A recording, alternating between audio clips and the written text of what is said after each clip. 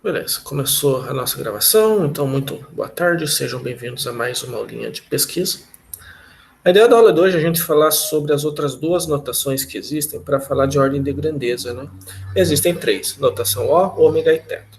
A gente estudou a notação O na aula passada, a ideia da aula de hoje é estudar ômega e teta. Antes de fazer isso, o Matheus pediu para a gente fazer uns exercícios na lista, não tem problema, vamos lá.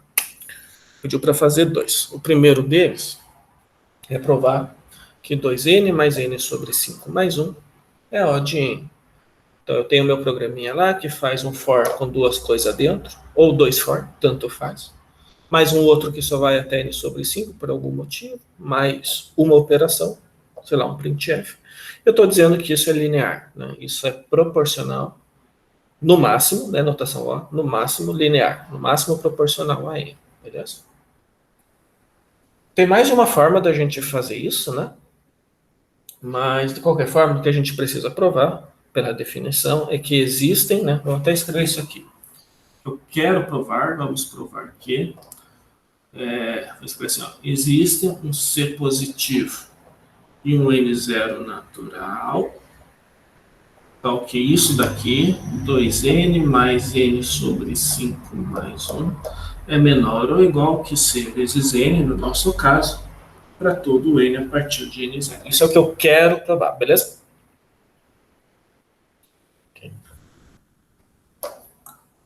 Tem mais de uma forma de provar, né? A gente pode tentar utilizar aquela que eu acho mais fácil, que a gente viu na aula passada, que é começar com uma equação trivial, uma equação que todo mundo vai concordar que é verdadeira, e aí tentar manipular ela até chegar em algo que bata nesse padrãozinho daqui. Okay? Como é que a gente pode fazer?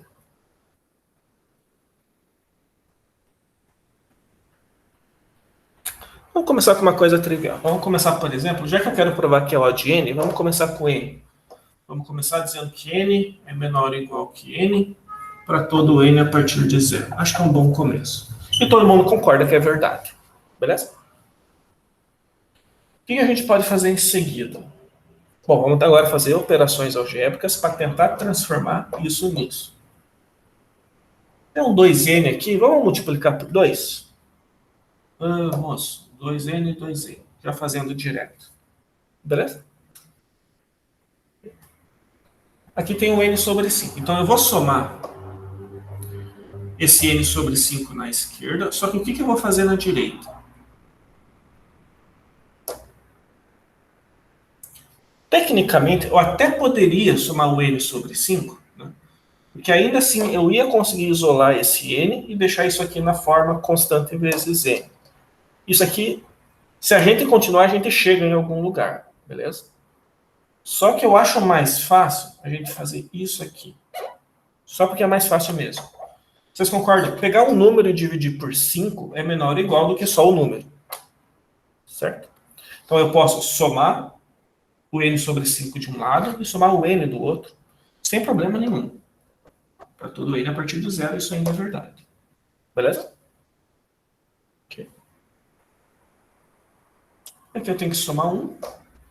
2n mais n sobre 5 mais 1. Sendo menor ou igual 2n mais n, 3n. Eu não posso somar 1, porque daí vai tirar a ideia de que é uma constante vezes n. Mas eu posso, por exemplo, somar n com a observação de que 1 seja menor ou igual do que n.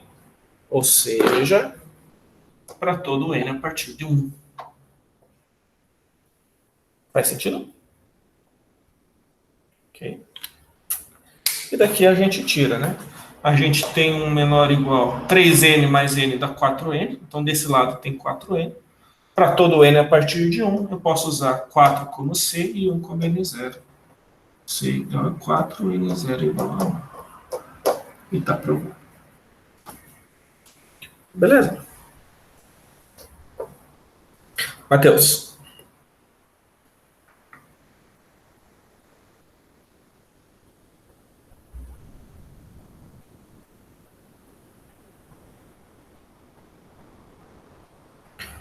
Pode juntar o 2n mais n sobre 5. Pode. É aquela ideia que a gente comentou, né? Isso daria certo. Eu acho assim mais fácil, mas não estaria errado você juntar. Né? 2n mais n sobre 5 é 2 mais 1 quinto de n, né? Se eu isolar o n, certo? 2 mais 1 quinto. E 2 mais 1 quinto dá 11 quintos. Né? 11 quintos n. Aí o c seria 11 sobre 5. Mas daria para fazer. Só ia chegar num valor um pouco diferente, mas daria para fazer sem problema. Ok?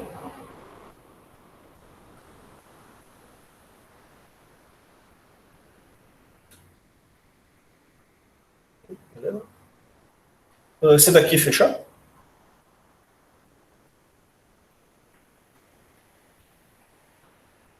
Sim. Beleza. O outro é da raiz quadrada, né? Então, mostrar que 2n mais raiz de n é O de n. Então, eu tenho um algoritmo lá que faz um for com duas operações dentro, ou dois fors, tanto faz, e o outro for que só vai até a raiz quadrada. Posso fazer isso. Eu quero mostrar que isso é, no máximo, linear. Da definição, o que eu preciso fazer é, vamos provar que 2n mais raiz quadrada de n é menor ou igual que alguma constante vezes n para todo o n a partir de um n zero. E a gente tem que achar o c e o n zero. Ok? E aí, de novo, tem mais de uma forma de fazer isso. Né? Vamos começar com a mais trivial de todas que eu acho. Já que eu quero provar que é O de n, vamos começar com n. N é menor ou igual que n a partir de zero. Isso aqui é verdade. E aí vamos tentar manipular a minha equação. Né? Já que eu tenho 2n aqui, eu poderia multiplicar por 2 nos dois lados. Então, 2n sendo menor ou igual que 2n. Beleza? E aí tem a questão da raiz quadrada. Né? Eu posso somar a raiz quadrada de um lado, mas eu não posso somar do outro. Né? Se eu fizer 2n mais raiz de n, eu vou perder a ideia de constante vezes n. O que eu posso somar nesse lado? Você concorda? A raiz quadrada de um número é menor ou igual do que o próprio número. Sim? Isso não vale para números entre 0 e 1, mas lembra que a gente está nos naturais, então não tem problema. Ou se você quiser se garantir, né? Se garantir, coloca o n0 para 1, não tem problema. A partir de 1, isso aqui é sempre verdade. A raiz quadrada de um número é menor ou igual do que ele mesmo. Okay? E aí o que a gente vai ter é 2n mais raiz de n, sendo menor ou igual que 3n a todo n a partir de 1. É o nosso c é 3 e o n zero.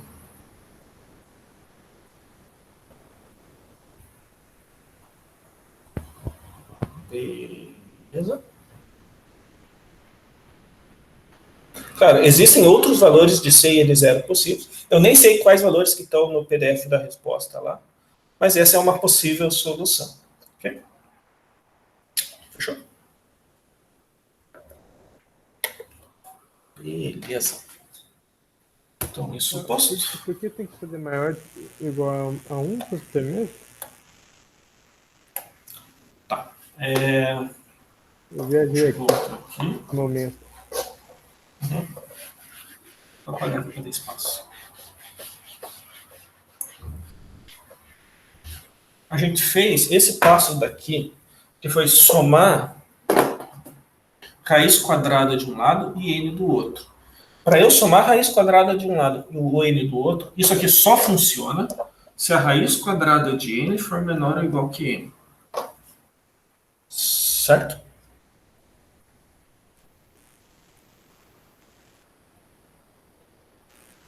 Ok. Uhum. A partir de 1, isso é sempre verdade. Se você pegar qualquer n do 1 para cima, né, a partir de 1, a raiz quadrada de um número é sempre menor ou igual do que o próprio número. Se você tirar a raiz quadrada de um número, ele fica menor do que o número que você tirou a raiz quadrada. Certo? Sim. Ah, tá, eu lembrei de como comporta a raiz de x. Lembrei que tem uma hora que o número é muito pequeno dentro da raiz que ele começa a ficar maior, né? Seria isso? Isso. Entre 0 e 1, né? Entre 0 isso até é uma pegadinha de vestibular, né, eu diria. Entre 0 e 1, a raiz quadrada do número é maior do que o número. Né? Por isso que eu peguei a partir do 1 para ter certeza. Não precisava. Como a gente está trabalhando com números naturais, eu poderia usar 0 sem problema nenhum. Eu poderia usar o 0 porque eu não preciso me preocupar com os números entre 0 e 1, porque eu estou trabalhando com naturais. Mas se você quer... esqueci a questão de que, por exemplo, eu estou trabalhando com naturais e quer se garantir, não tem problema jogar para 1. Né? O N0 pode ser qualquer valor a partir daquele que funciona. Não precisa ser necessariamente aquele que funciona. Beleza? Beleza. Legal. Pessoal, tem mais algum exercício, alguma dúvida que vocês queiram estar trazendo antes de começar a aula de hoje?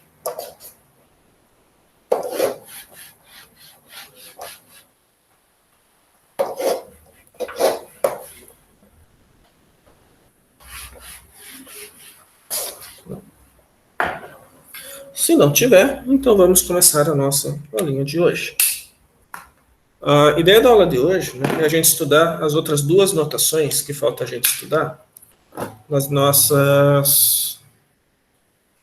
nessa parte de estudar as notações. Né? A gente estudou na aula passada a notação O, que diz respeito de um limite máximo. Falta estudar a notação ômega, que diz respeito de um limite mínimo. E a notação θ vai misturar as duas. Vamos falar da ômega e da θ. E vamos começar falando da ômega. Gente, é bem análogo. Se a notação O me fala sobre um limite superior, ou seja, me diz que uma função é no máximo de ordem de tal outra função, a notação ômega me fala de um limite inferior. Me fala que uma função é no mínimo da ordem de outra. A notação ômega e a notação O, elas são iguais, com a única diferença de que um fala de máximo e o outro fala de mínimo. Se a gente coloca isso em definição, eu vou falar que uma função f ela é limitada inferiormente por uma função g. Eu escrevo dessa forma, f é ômega de g. Se existe uma constante positiva e um n0 natural, tal que f é maior ou igual que essa constante vezes g a partir de n0.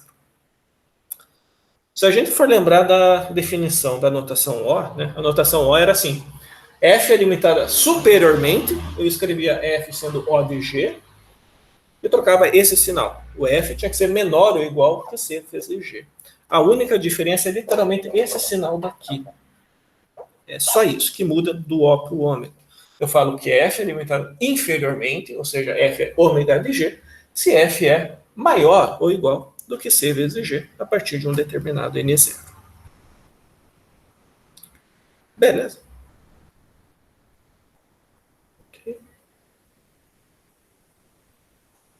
Então, por exemplo, se eu falo que uma função f é O de n, eu estou querendo dizer que ela está sempre a partir de um dado n0 embaixo de uma função constante vezes n. Se eu falo que uma função é ômega de n, ela está a partir de um n0 sempre em cima de uma constante vezes n. Ok?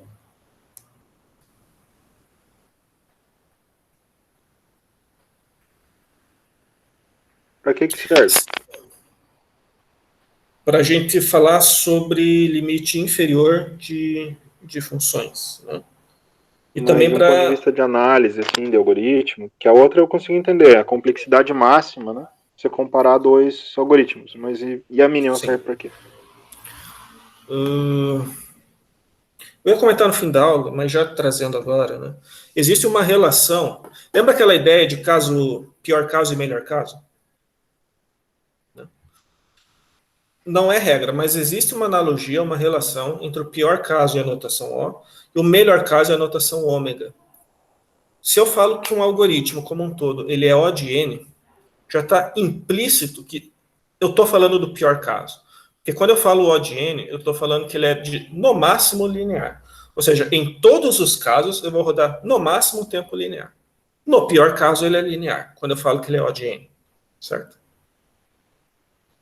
Se eu falo que um algoritmo como um todo é ômega de N, né, eu estou querendo dizer que o algoritmo ele roda no mínimo a ordem de N, ele é no mínimo linear, né? No mínimo a ordem de N.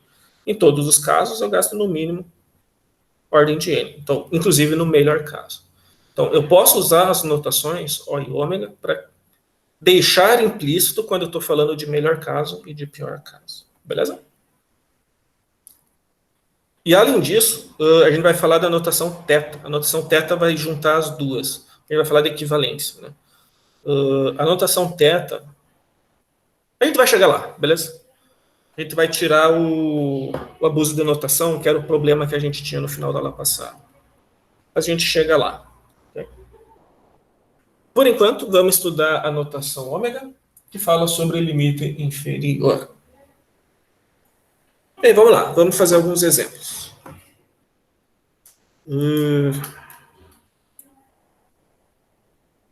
O exemplo que eu trouxe aqui para vocês é o seguinte.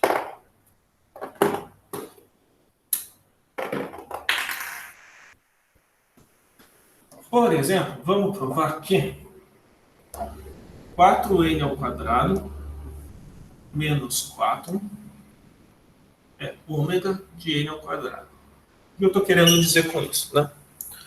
Meu algoritmo ele tem um for dentro do outro, repetido 4 vezes por algum motivo, ou um for dentro do outro com 4 operações dentro, tanto faz. Só que ele deixa de fazer 4 operações. Okay? Imagina que o último for, o j lá vai até um menos 4 por algum motivo. Aí eu quero mostrar que ele é ômega de n ao quadrado, ou seja, a ordem de complexidade dele é no mínimo quadrática. Beleza? Ele não é linear, ele é no mínimo quadrático. Beleza. Galera, o mesmo esquema da notação, ó, é bem parecido mesmo. Né? Para provar isso daqui, o que a gente precisa provar é que existe um C maior que zero e um N0 natural, tais que 4n ao quadrado menos 4, agora muda o sinal, é maior ou igual que uma constante vezes n ao quadrado para todo n a partir de um n0. E de novo, tem mais uma forma da gente provar isso, né? Mas vamos fazer o mesmo esqueminha que a gente já está acostumado da aula passada, que é começar com uma equação trivial que todo mundo concorda que é verdade, e aí tentar manipular ela até fazer ela bater nesse padrãozinho daqui.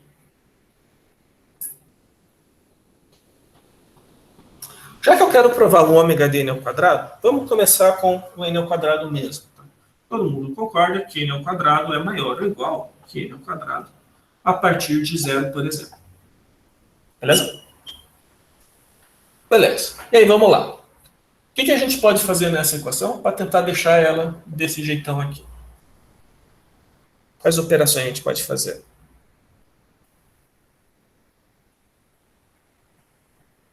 Multiplicar por 4. Multiplica por 4. Beleza. Eu vou fazer direto.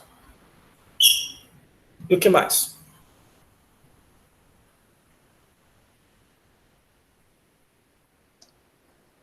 Você pode botar o menos 4, mas daí do outro lado você não...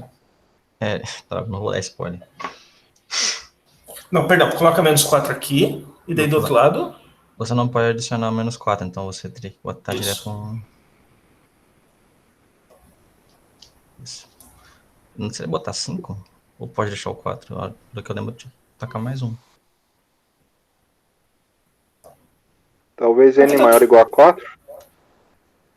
Para todo n maior ou igual a 4, eu estou tentando raciocinar dessa forma. Uhum. Não, mas não dá, né? Tem mais de uma... N maior ou igual a 1 talvez funcione, né? Se for 1, 4 menos 4 jogando é 4 zero. pra fora, né? Não, não dá.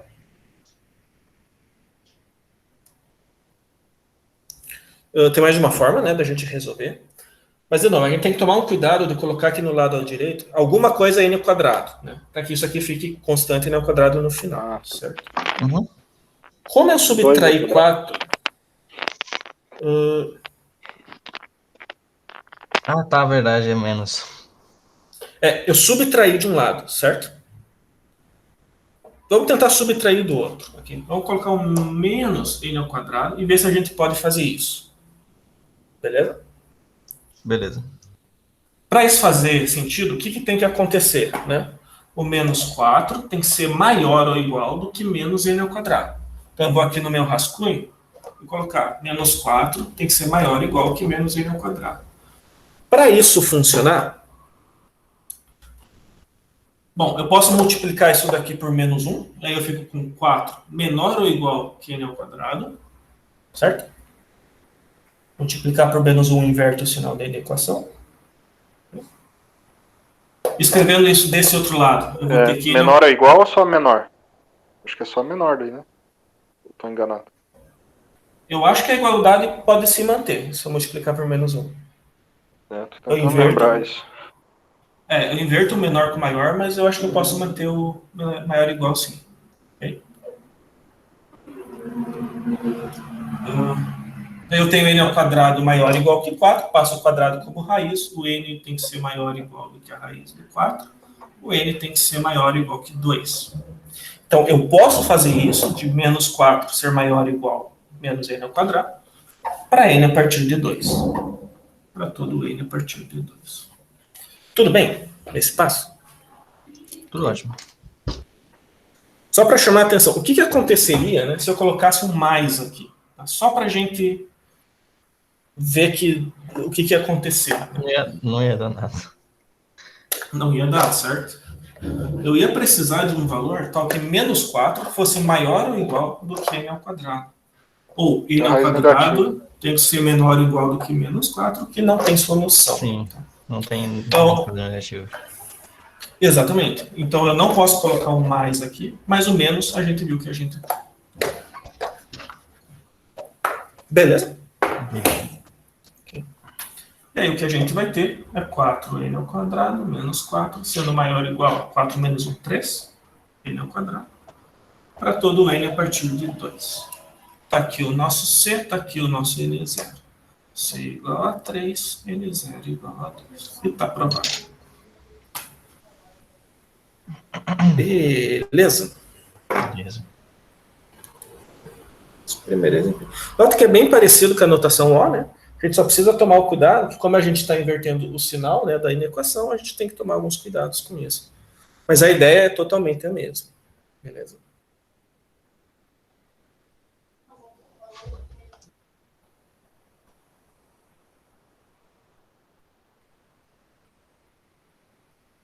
Tudo bem? Tá aqui? Ok.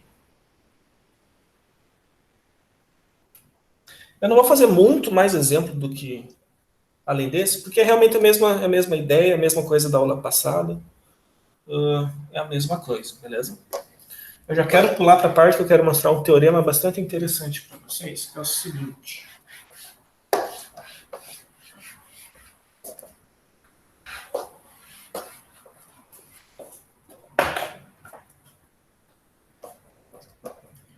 Teorema. F é ômega de G, se G é O de F. Dizer que F de N é ômega de G de N é equivalente, é a mesma coisa que falar que G de N é O de F. O que esse teorema fala pra gente?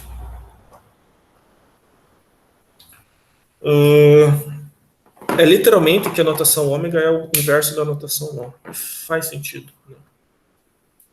Se F é ômega de G, G é O de F.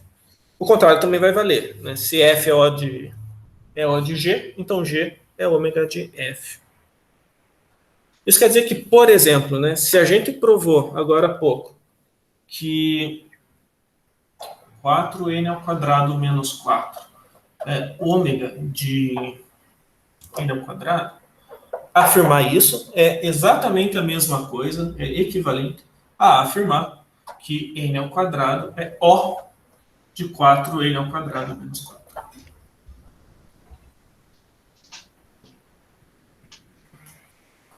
Beleza? A prova desse teorema eu vou deixar como exercício para vocês. Vocês têm ela no Moodle, tá? Tem a prova ali nas notas de aula. mas eu vou deixar como exercício para vocês tentarem fazer ou entenderem a prova ali. Okay? Ela é bem tranquilo de entender. O interessante desse teorema é que, basicamente, a gente não precisa, na verdade, saber exatamente a notação ômega. Né? Com esse teorema, a gente consegue sempre trabalhar com a notação O. Não recomendo, né? Recomendo saber as duas notações, mas só para mostrar para vocês, eu poderia fazer isso, de omitir a notação ômega, fingir que ela não existe, e ficar usando a notação O sempre, daí trocando quem é F com quem é G. Beleza.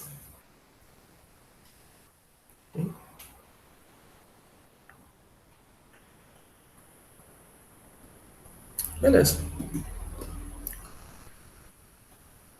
Com isso, eu meio que fecho a notação ômega, a gente vai para θ daqui a pouco já. Não tem muito mais o que falar, porque assim, a notação ômega é o inverso da O. Se a gente entende a O, é só inverter tudo, a gente cai na ômega. Por isso que é uma coisa mais rápida, né, mais direta da gente pegar. Tá?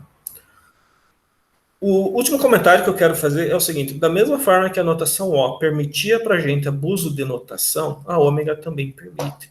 E aí vamos lembrar do problema de abuso de notação, que a gente comentou sobre, né, no final da aula passada. Não sei se vocês lembram, eu tinha um algoritmo que fazia um for só, um algoritmo linear, mas eu poderia dizer que ele era O de n ao cubo, por exemplo. Né? Matematicamente, isso é correto de se fazer, porque aquele algoritmo linear, ele é no máximo cúbico. Certo? Todo mundo lembra disso. A ômega vai acontecer a mesma coisa. Imagina que eu tenho um algoritmo quadrático, né? Um algoritmo com for dentro do outro, por exemplo. Né? Aquele algoritmo, eu posso dizer que ele é, primeiro, O de n ao quadrado, O de n ao cubo, O de n à quinta, O de n à sexta, sétima, 8, abusar a notação do O, mas eu também posso abusar a notação do ômega dele. Eu posso falar que ele é ômega de n ao quadrado, eu também posso falar que ele é ômega de n. O algoritmo quadrático, ele é no mínimo linear. Eu até posso dizer que ele é ômega de 1, que ele é no mínimo constante. Faz sentido? Eu posso usar a notação O para abusar para cima e eu posso usar a notação ômega para abusar para baixo.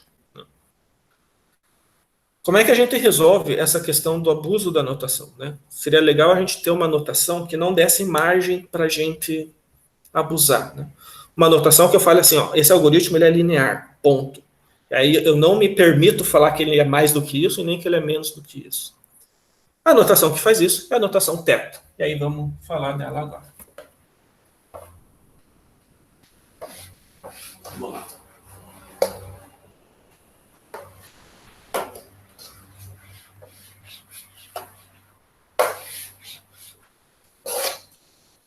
Notação θ.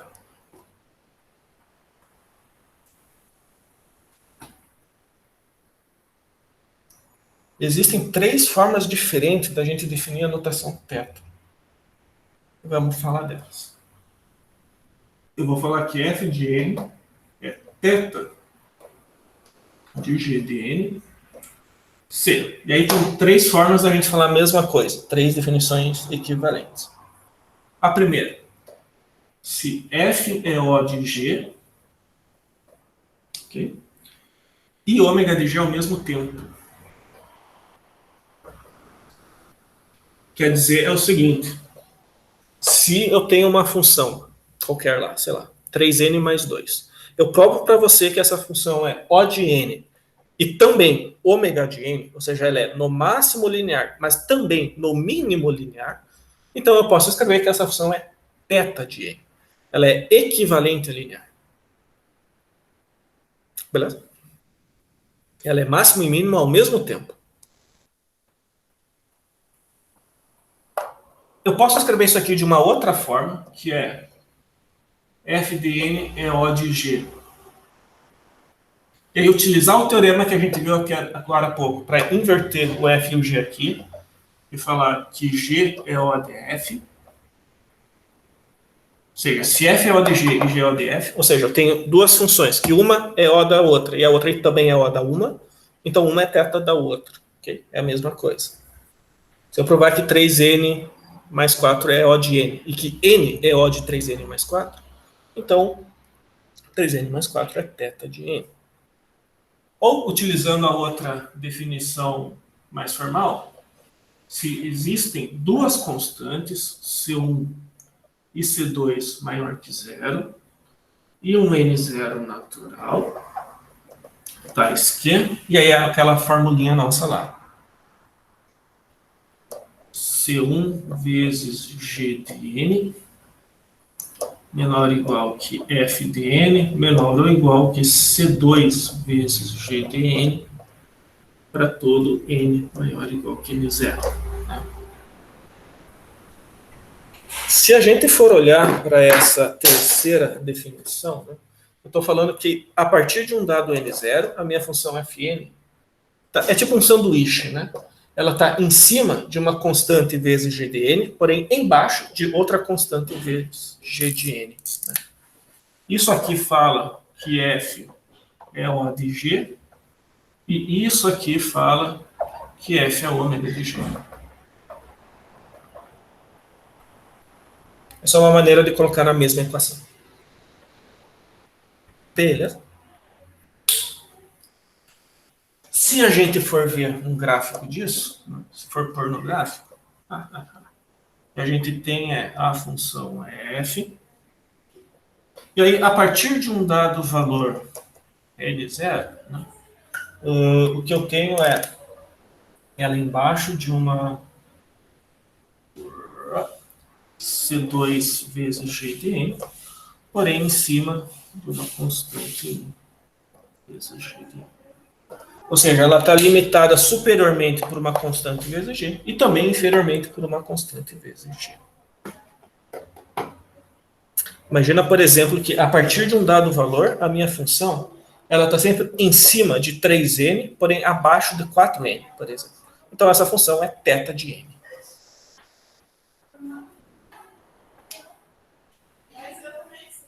Beleza.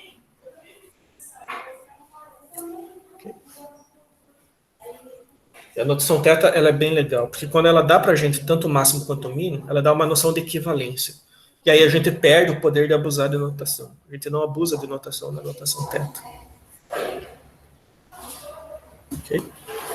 Se eu falar que meu algoritmo é θ de n, ele é linear e pronto, acabou. Não posso dizer que ele é quadrático, cúbico, nem constante. Ele é linear, ponto. Para todos os casos daí. Melhor e pior caso, os dois. Tudo bem a notação θ? Definição? Vamos ver alguns exemplos disso aqui, então.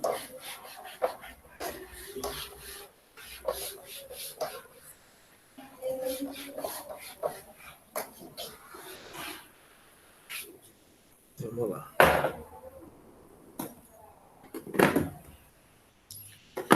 Aquela função que a gente viu antes, na verdade, né, o 4n ao quadrado menos 4,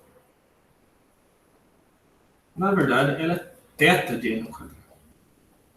Quando eu falo que ela é θ de n ao quadrado, eu estou falando que o meu algoritmo, que tem um for dentro do outro e 4 operações dentro, porém sem as últimas 4 operações, ela é tanto no máximo n ao quadrado, quanto no mínimo n ao quadrado. Ou seja, ela é da mesma ordem de grandeza, equivalente a n ao quadrado. Galera, para provar isso, né, quando a gente precisa provar uma notação θ, a gente precisa provar duas coisas, a O e a ômega. Lembra que a θ é a fusão, né, das duas notações. É simultaneamente o O e simultaneamente o ômega. Então, quando a gente for provar uma notação θ, a gente sempre vai fazer em dois passos. O primeiro passo, provar um O, e no segundo passo, provar o ômega. Se a gente prova o O e a gente prova o ômega, aí sim a gente prova o θ. Ok? Então, nesse caso, a gente tem que provar duas coisas. Primeiro, a gente tem que provar que 4n ao quadrado menos 4 é O de n ao quadrado. E, segundo, que 4n ao quadrado menos 4 é ômega de n ao quadrado. Quando essas duas provas estiverem feitas, a gente prova o θ. Beleza? E aí vamos fazer cada uma delas, né? Vamos fazer a parte 1 e depois vamos fazer a parte 2. Mesmo esquemão, vamos lá. Eu quero provar uma notação O. Então, o que é provar a notação O? Vamos provar que existe um C positivo e um N0 natural, tais que, no nosso caso, 4N ao quadrado menos 4 é, notação O, menor ou igual que C vezes N ao quadrado a partir de um dado N0. Ok? Vamos lá. Começa com uma coisa trivial. Como eu quero provar um n ao quadrado, vamos começar com n ao quadrado sendo menor ou igual que n ao quadrado a partir de 0, por exemplo. Beleza? E aí, vamos lá. Quais operações eu posso fazer aqui para transformar isso nisso?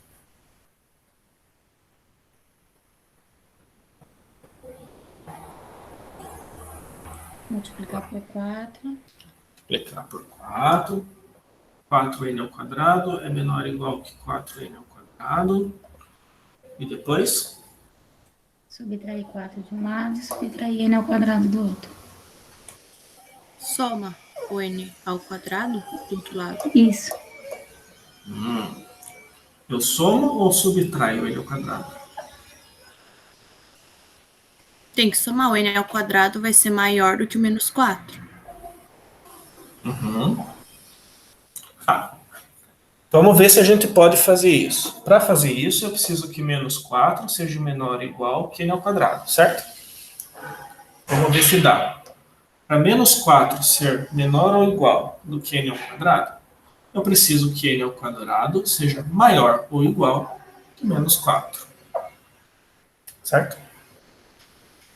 Aí você pode pensar assim, bom, se eu tentar passar uma raiz quadrada aqui, não vai dar certo, porque eu vou tentar tirar a raiz quadrada de um número negativo, certo?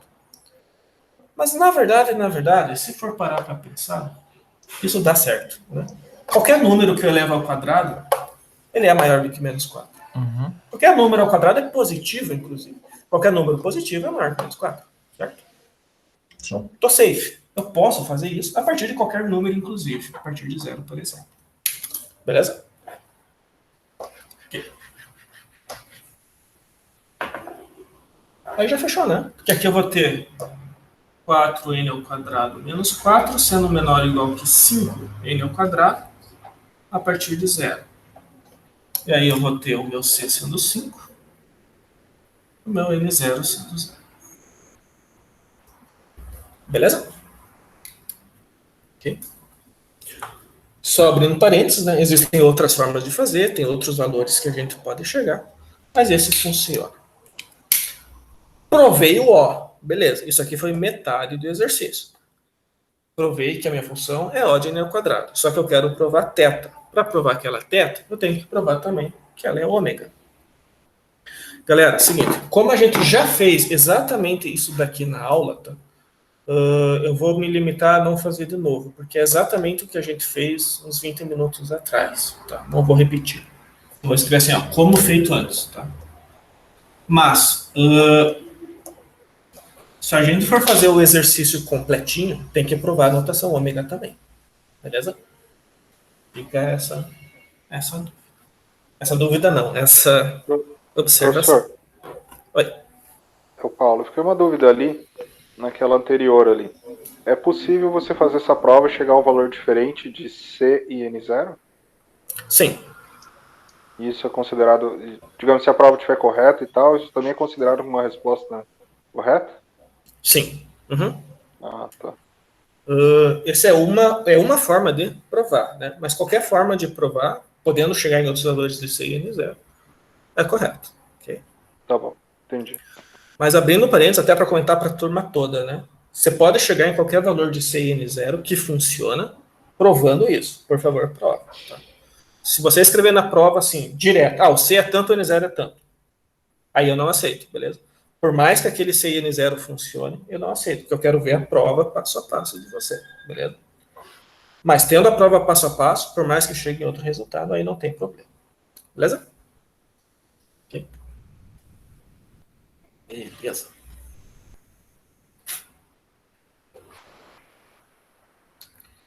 Se tiver tudo certo, eu quero fazer mais um exemplinho e aí já termina a aula. Aula mais de boa hoje. Só que esse outro exemplinho ele é bem interessante. Vamos lá.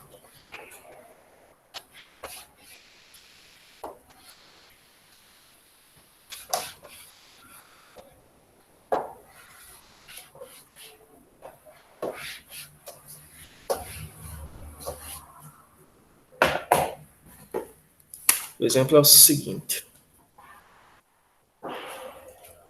Eu quero provar agora que 2 na n, olha só, olha o que o Ricardo vai fazer. Mais n elevado a 100, isso aqui é θ de 2 na n. Antes de provar isso, eu quero abrir um parênteses para comentar, que talvez não seja claro o significado disso, né? O que isso significa na prática. Isso aqui tem um significado muito, muito, muito interessante. 2 na n, 2 elevado a n, é uma função exponencial. Né? Exponencial é assim. Se no linear eu preciso dobrar a entrada para dobrar o tempo do algoritmo, no exponencial eu aumento a entrada em uma unidade e o tempo dobra. Coloco um número a mais no vetor, dobrei o tempo. Coloquei 2 números no vetor, quadripliquei o tempo. Beleza?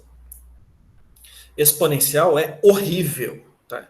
Um algoritmo que tem essa complexidade é uma porcaria. É bastante ineficiente. Tá? Isso aqui é muito, muito custoso. N elevado a 100 é um for dentro do outro, dentro do outro, dentro do outro, dentro do outro, dentro do outro, dentro do outro.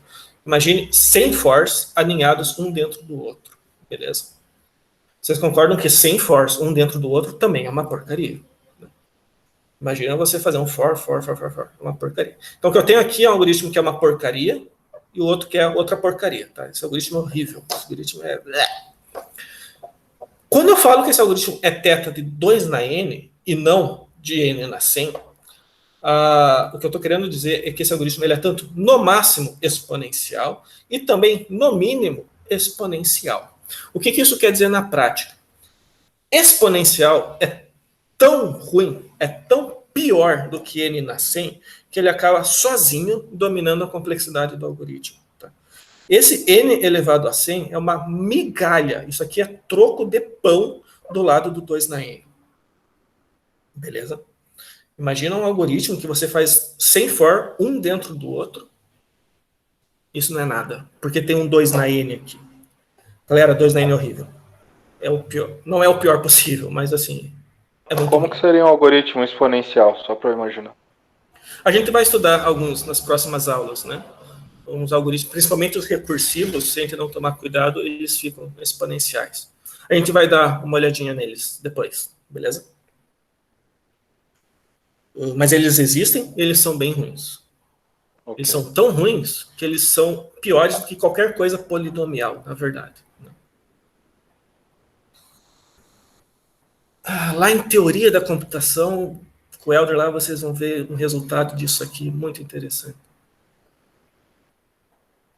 Eu não resisto, né? Isso aqui é tão ruim que eles até dividem em 2 classes de problema, né? Tem a galera que é o NP e tem a galera que é o P. Vocês vão ver isso mais para frente. Ou não sei se alguém já fez teoria ou está fazendo. Não? Ok. Vocês vão ver mais para frente, né? Mas o meu ponto é assim, isso aqui é um resultado tão expressivo e tão importante que vocês vão ver para frente por quê. Tá? Algoritmo exponencial é uma bosta. Vamos provar que o algoritmo exponencial é uma bosta. Vamos provar que 2n mais n na 100 é θ de 2 na n. Estou usando a notação θ. E aí vamos lembrar, se eu quero provar θ, eu tenho que provar 2 coisas. O O e o ω. Então eu vou separar a minha prova em 2 partes. Deixa eu fazer isso com outra caneta. Primeira parte, provar que 2 na n mais n na 100 é O de 2 na n. E na segunda parte, vamos provar que 2n mais n na 100 é ômega de 2 na n. E aí, Jack Stripador. Vamos por partes, um de cada vez. Vamos começar provando, então, a notação O. Para provar a notação O, vamos provar que existe um C maior que 0 e um N0 natural tais que 2 na n mais n na 100. A notação é O, então o sinal é menor ou igual. C vezes 2 na n a partir de um n zero. Ok?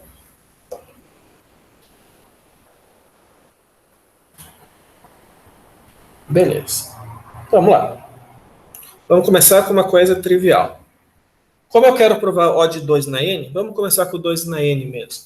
Vocês concordam? 2 na n é menor ou igual que 2 na n para todo n a partir de n zero.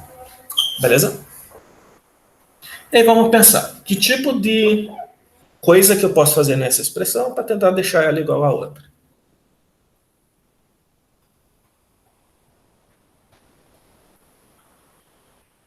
Somar n na 100? Primeira coisa que vem na cabeça, né? Uhum. Somar n na 100 na esquerda e na direita. O que eu faço? Não posso somar n na 100 porque ele não vai ficar no esqueminha constante vezes 2 na n, certo? O que eu posso somar aqui?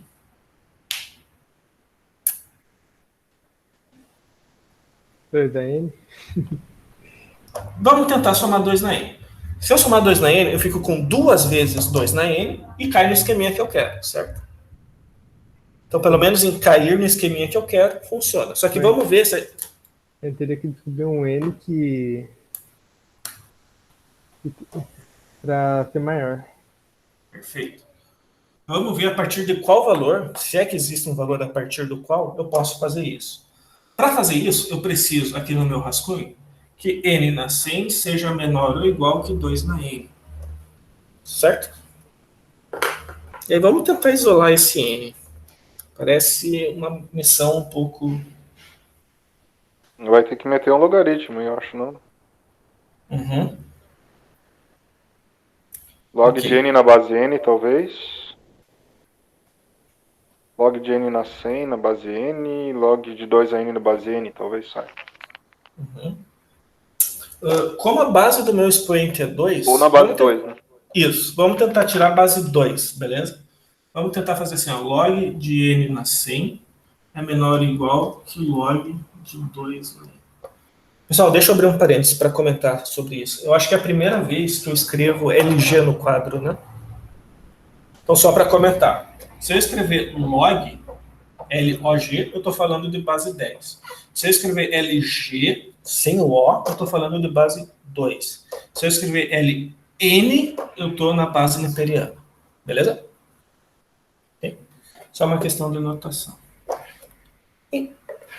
Enfim. Então, LG, base 2. Log de n na 100, vocês sabem que tem uma propriedade do log que o expoente pode passar multiplicando para baixo, certo? Então, isso aqui é 100 log n. Tecnicamente é a mesma coisa. Eu posso escrever n, né, passando para cá, log 2. Só que log 2 é 1. Então, o que eu tenho aqui é 100 log n, sendo menor ou igual que n. Beleza? Não consigo isolar esse n, mas pelo menos vamos deixar quem é n de um lado e quem não é do outro. Vamos passar esse log n dividindo, e eu vou ter 100 menor ou igual que n sobre log n. Ou reescrevendo a mesma equação, né? O que eu tenho é n sobre log n sendo maior ou igual que 100. Tudo bem até aqui? Sim? Beleza. Não consigo isolar o n mais do que isso, certo? Não consigo deixar o n sozinho, né, aqui. Eu ia precisar, talvez, de um método numérico, alguma coisa para fazer isso. Mas vamos pensar um pouco nessa equação. A gente não precisa chegar a tanto, né? O que a gente precisa, vamos lembrar, é um valor de n a partir do qual n divididos por log n passa de 100. Beleza? Será que esse valor existe? Bom, primeira observação. Vocês concordam que n cresce mais do que log n? As duas funções são crescentes, porém a que está em cima da fração cresce mais do que a que está embaixo. Certo? Por que isso é útil? Se eu tenho uma divisão que em cima cresce mais embaixo, então toda divisão é crescente. Ok? Se toda a divisão é crescente, basta encontrar um valor, tal que isso daqui passe de 100, que a partir desse valor todo mundo vai passar de 100. Então, assim, eu tenho uma função crescente, uma função cresce. Se eu achar um ponto dessa função, tal que o valor dela é 100 ou mais, com certeza, desse ponto para frente, também vai ser 100 ou mais, porque a função é crescente. Beleza? Então, eu posso achar qualquer valor de n, tal que n divididos por log n passe de 100. Esse valor eu posso usar como n0. Ok? Qual valor será que, se eu pegar ele e dividir pelo log dele, passa de 100? E aqui vocês podem fazer alguns testes na mão mesmo, por exemplo, se vocês quiserem. Né? Testar alguns valores e... será que para 5 funciona? Será que para 10 funciona? Será que para 30 funciona? Será que para 200 mil funciona? Então, qualquer valor que funcionar, está valendo. Então, eu vou colocar aqui um valor mágico que eu tirei das minhas notas da aula, né? Que é 1024. Tá? Por que 1024 faz sentido? Se você for ver, 1024 é uma potência de 2 e é 2 na 10. Certo? Sendo 2 na 10, o log de 1024 é 10. E se vocês concordam, se eu pegar 1024 e dividir por 10, eu passo de 100. Certo? Por isso que eu cheguei nesse valor, né? É um jeito fácil de calcular. É uma potência de 2, então é fácil de tirar o log. E tirando o log, a gente vê, 1024 dividido por 10. Passa de 100. Né? Eu vou usar 1024 como n0. Então, tudo isso aqui para dizer que isso vale a partir de 1024. Beleza? Okay. Beleza. Tudo isso era um rascunho, né? Para chegar nesse n0. Chegamos nele.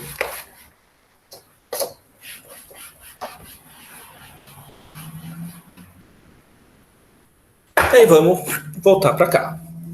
O que eu tenho é 2n mais n na 100, sendo menor ou igual que 2 vezes 2n. Poderia escrever 2 na n mais 1, mas eu prefiro deixar esse 2 explícito, porque ele vai ser o nosso c. O nosso c é 2, e o nosso n0 é 1024. C igual a 2, n0 1024. Tudo bem a anotação lá? Beleza? Então, olha que interessante. Né? A partir de um vetor, por exemplo, de tamanho 1024, é mais caro eu fazer o 2 na n do que fazer sem for um dentro do outro. Beleza, isso foi metade do exercício. A outra metade é provar a notação ômega. Né? Vamos provar o ômega. Essa, para nossa sorte, vai ser mais fácil. Para a gente provar o ômega, vamos provar que existe um C positivo e um N0 natural, tá ok? 2 na N mais N na 100, a notação é ômega, então agora é maior ou igual que C vezes 2 na N, tudo N a partir de N0.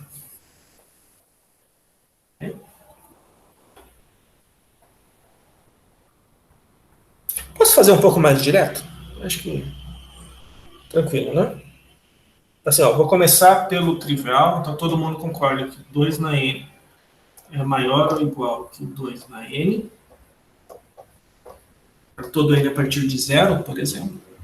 E aí, olha só, eu vou somar n na 100 aqui, eu não vou fazer nada do lado direito. Né? Eu posso fazer isso. Um número mais n na 100 é maior ou igual que um número sozinho. Certo? E daí já resolve, né?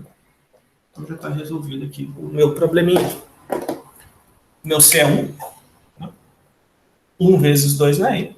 N é 0, é 0. E aí está pronto. Beleza. E aí sim, provamos O. Provamos ômega, finalmente provamos o teto. 2n mais n na 100 é θ de 2 na n. Limitado tanto superiormente quanto inferiormente pelo 2 na n. 2 na N é o bicho que pega. Nesse 2 na N, mais N na C. Beleza. Beleza. Pessoal, ficou alguma dúvida, alguma coisa por enquanto? Não? Acho que tá tranquilo. Pelo menos pra mim. Maravilha. Beleza. Era o que eu tinha para falar na aula de hoje. Eu só quero fazer Professor, uns só uma últimos... curiosidade. Sim. Eu queria entender, fora o aspecto científico, né, de fazer essas provas, do tipo assim, do ponto de vista acadêmico, científico, ciência, ok, fazer essas provas para mim faz sentido. Mas do ponto de vista prático, para que serve?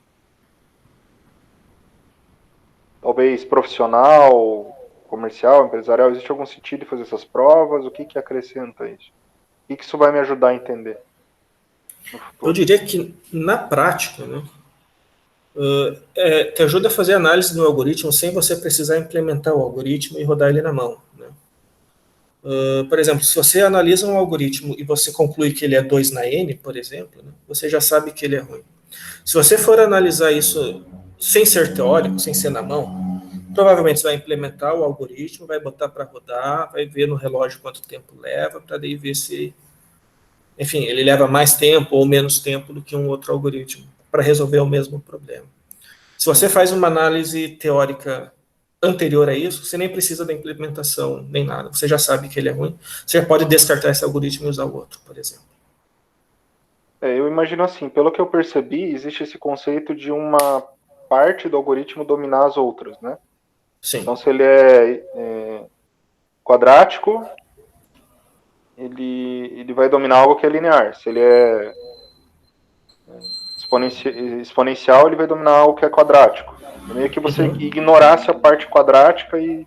Ok, então meu algoritmo está ruim, eu vou ver só, tentar achar a parte exponencial dele. Então, eu vou procurar, por exemplo, algo que é recursivo dentro do meu código. O recursivo pode ser que caia no exponencial. Ou eu vou procurar vários laços for alinhados para tentar achar algo que seja de um polinomial com um grau de polinomial alto e vou tentar trabalhar aquilo para melhorar a performance do meu código. É isso que eu estou imaginando. Mas, de qualquer forma, eu não preciso da prova. Eu só preciso do conceito de achar qual é o pior caso do meu algoritmo. O que leva a um quadrático, o que leva a um grau 3, um grau 4, né, que seriam vários laços for alinhados. Existe um aspecto mais prático, então, né? Sim, sim. Eu acho que é exatamente isso. Você olhar o gargalo do teu algoritmo para ver... Assim, para você, né, até abrindo parênteses, para você mudar a complexidade do algoritmo, na verdade, você vai ter que trocar de algoritmo, né? Por exemplo, você trocar um algoritmo que faz 3 fors por um outro que faz 2, é outro algoritmo diferente. Né? E aí tem realmente esse viés, né, de tentar... Bom, já que essa parte do meu algoritmo é cúbico, né, tentar procurar, será que tem outro algoritmo quadrático, por exemplo, que resolve o mesmo problema? Né? Por exemplo, a gente vai ver depois método de ordenação, né, tudo aqueles sortes lá. Vai ter algoritmo que é quadrático, vai ter algoritmo que é n log n e tem algoritmo que é linear. A gente vai conseguir concluir, os lineares são melhores que os quadráticos e os n log n, sem precisar implementar, sem precisar contar tempo de relógio, esse tipo de coisa. A única dificuldade para mim aqui, que de um ponto de vista de visualizando, né, eu ainda não consigo imaginar direito o que é um algoritmo, tipo assim, imaginar um código que seja exponencial e um que seja logarítmico, né? De cara, assim, eu não consigo bater o olho e observar, porque um polinomial tá fácil. Eu tenho vários laços alinhados e vou contar o número de laços alinhados, né? Sim. Não é fácil saber o grau do polinômio. Agora, se eu estou falando de um logaritmo, eu não consigo nem imaginar o código que vai ser logaritmo. Olhando assim. Sim. A gente vai chegar lá, na verdade, né? Tá. A gente está nessa primeira parte da disciplina para pegar os conceitos básicos e tal, mas a ideia é depois aplicar essa primeira parte em todos os algoritmos e estruturas de dados que a gente vai estudar. E a gente vai ver, né? Por exemplo, quando a gente tem for dentro de for, é relativamente fácil a gente bater o olho e dizer, isso é quadrático. Né? Mas, por exemplo, se eu tenho um while, né, um algoritmo que faz um laço, enquanto x for menor que 10, faz alguma coisa. É um exemplo, por exemplo, de que não é tão direto batendo o olho assim. E aí a gente vai estudar depois como é que a gente pega esse tipo de algoritmo. Ou também os recursivos, né, também, como é que a gente analisa eles. Mas a gente vai chegar lá, beleza? Obrigado. A gente chega lá. Beleza. Pessoal, mais alguma coisa que alguém queira trazer?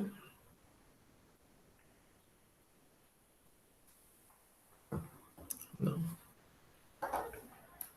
Beleza. Só comentar uns últimos comentários, né? A gente viu, então, 3 notações, O, ômega e θ. O O fala do máximo, o ômega fala do mínimo, θ é uma relação de equivalência. É tanto o máximo quanto o mínimo ao mesmo tempo. A gente comentou um pouco antes da aula, mas só para retomar, né? Eu posso fazer uma analogia com essas notações e os casos, né? Se eu simplesmente falo assim, esse algoritmo é ordem ao quadrado, ponto. Né? Já está subentendido que eu estou falando do pior caso, né? Porque a notação O é uma notação de máximo, então se o algoritmo roda no máximo n ao quadrado, pior caso é n ao quadrado. A mesma coisa para o ômega. Você fala, se o algoritmo é ômega de n ao quadrado, eu estou falando que ele é, no melhor caso, n quadrado. Né? Porque o ômega é uma relação de mínimo, e eu estou falando que todos os casos rodam no mínimo n ao quadrado, incluindo o melhor.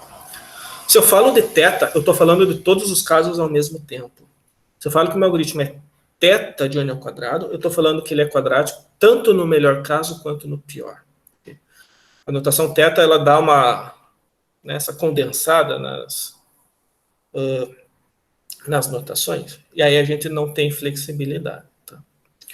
Eu não sei se vocês vão lembrar, lá na primeira aula, na segunda, na verdade, que tinham algoritmos cuja complexidade só variam em relação ao tamanho da entrada, e tinha algoritmos cuja complexidade variam com a entrada em si. Para os algoritmos que só variam com o tamanho da entrada, a gente dava uma complexidade independente de caso. A gente não falava de casos para esses casos. Por exemplo, somar um vetor, multiplicar uma matriz por outra. Tudo isso só depende do tamanho da entrada, não depende de caso. Para esses algoritmos, é comum a gente usar a notação θ. Eu vou falar, somar um vetor de n elementos custa θ de n. Porque não importa o caso, em todos os casos eu vou fazer um for que roda n vezes. Beleza?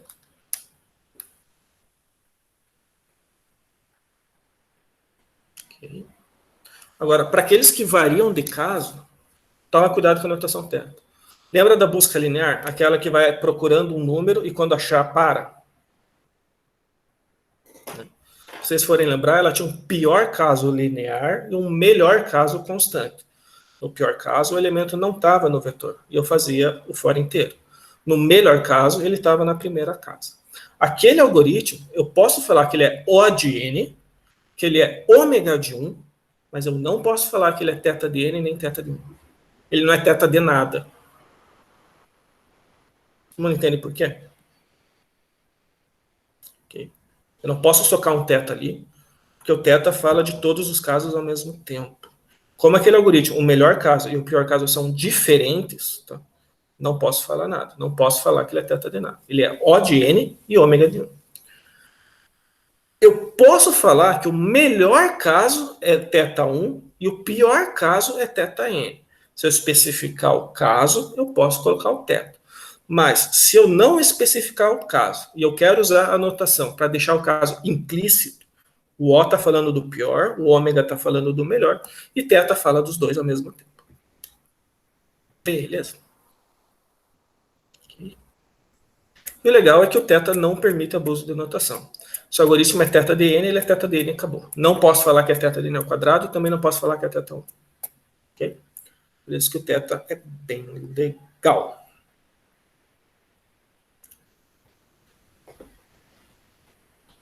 Pode ficar à vontade. Tem algoritmo que fica mais leve com o tempo? Tipo, começa pesadão e depois despenca? Em relação ao tamanho da entrada, tipo, você vai aumentando a entrada e ele vai ficando mais rápido? Ele recebe uma entrada, ele começa pesado e depois ele fica muito leve. Um algoritmo assim seria possível? Não sei se eu entendi, mas, por exemplo, se eu tenho um algoritmo que começa com um n ao cubo, né? For, um dentro do outro. E depois um último for, que é n, né? Ele tem uma primeira parte pesada, que é cúbica, e uma segunda parte linear, certo? Sim. Só que no total ele é cúbico, né? Porque é o maior que ganha.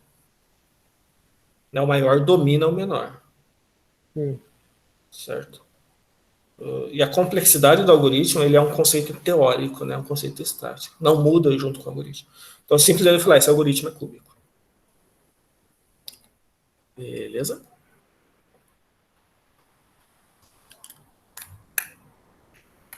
Beleza. Então, era isso que eu tinha... Não, desculpa, pode ir? Não, tudo certo. Tudo certo. Beleza. Então, era isso que eu tinha para comentar sobre essas notações. Por favor, tentem fazer a lista de exercícios. Qualquer dúvida, vocês podem me procurar no P-Aluno ou falar lá no canal de texto do Discord. Pessoal, a próxima aula é sobre o caso médio, tá? Tem esse melhor caso, o pior caso, e na verdade existe um terceiro caso, que é o caso médio. A próxima aula vai ser só sobre isso, só sobre caso médio.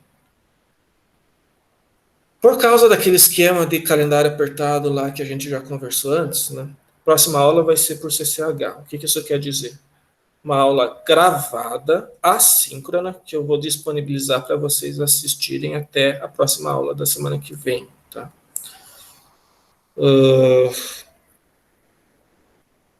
Lembra aquela coisa, né? A gente tem 3 aulas por semana na prática por causa do calendário. Então, vai sair agora essa terceira aula dessa semana, que é sobre o caso médio. Eu vou falar bem a verdade para vocês. Eu estou bastante sem tempo esse semestre, então eu não vou gravar ela de volta. Eu vou pegar do semestre anterior a gravação, dar uma editada para deixar ela um pouco mais curta e soltar para vocês, tá? Eu não tenho... Eu não fiz isso ainda, mas assim que puder eu vou fazer. Se eu não conseguir fazer amanhã, no máximo sábado, no máximo domingo. Mas com certeza antes da aula que vem da quarta-feira, tá? Antes da quarta-feira, com certeza eu vou soltar esse vídeo de CCH e eu vou pedir que vocês assistam ele inteiro e qualquer dúvida me procurem, tá? De verdade. Porque na quarta-feira que vem, na próxima aula síncrona, eu vou assumir que esse assunto já foi dado. E eu vou continuar a matéria. Beleza? Então, assim que eu tiver o tempinho ali de editar o vídeo e disponibilizar para vocês, eu vou avisar no Discord ali, né, no canal de texto do Discord. Posso colocar um aviso no Moodle também. Aí vocês assistem e qualquer dúvida vocês me procuram. Beleza? Beleza. Então, feito esse recado, era isso que eu tinha para falar para vocês hoje. Muito obrigado. Qualquer dúvida, só me procurar nos canais oficiais aí. Beleza? Obrigado, Beleza. pessoal. Obrigado, professor. Alô, professor. Eu que agradeço. Valeu, até mais.